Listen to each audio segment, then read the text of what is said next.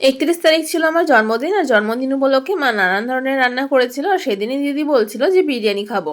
তো সেদিন তো আর বিরিয়ানি বানানো হবে না, তো তারপর দিন চলে এসেছি বিরিয়ানি রান্না করতে।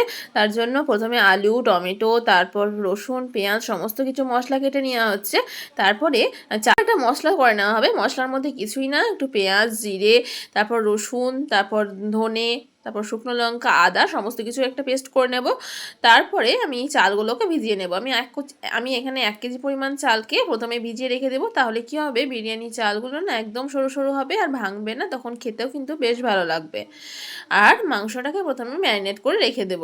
মাংসর মধ্যে কিছুই না, এর মধ্যে দিয়ে দিচ্ছি দই, তারপর সমস্ত তৈরি করে রাখা পেস্টটা, একটু কাশ্মীরি লঙ্কা গুঁড়ো, আর দিয়ে দেওয়া হচ্ছে এই যে পেঁয়াজ কুচিয়ে রেখেছিলাম সেই পেঁয়াজটা, আর দিয়ে দিচ্ছি টমেটো আর একটু হলুদ গুঁড়ো। এই মাংসটা রান্না করতে না কোনো ঝামেলা নেই। এদিকে মাংসটা ম্যারিনেট হোক, ততক্ষণে আমি কিন্তু ভাতটা করে নিই। তো দেখো কিন্তু কোনো সময়ই লাগবে না।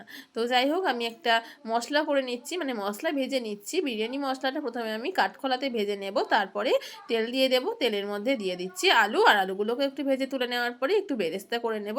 তারপর ওই তেলের মধ্যে তেজপাতা, গোটা গরম মশলা আর চিনি দেওয়ার পরে দিয়ে দিচ্ছি আমি তো ম্যারিনেট করে রাখা মাংস।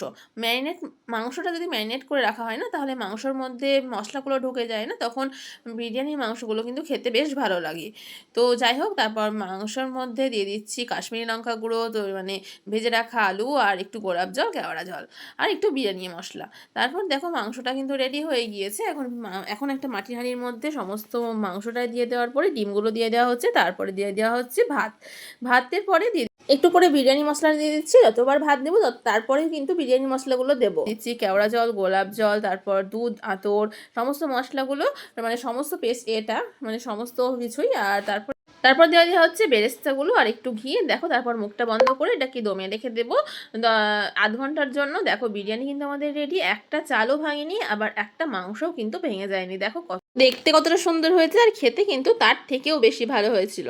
তো দেখো, তাহলে তোমরা ওইভাবে বানিয়ে নাও। আর ভিডিওটি কেমন হয়েছে তোমরা অবশ্যই জানিও।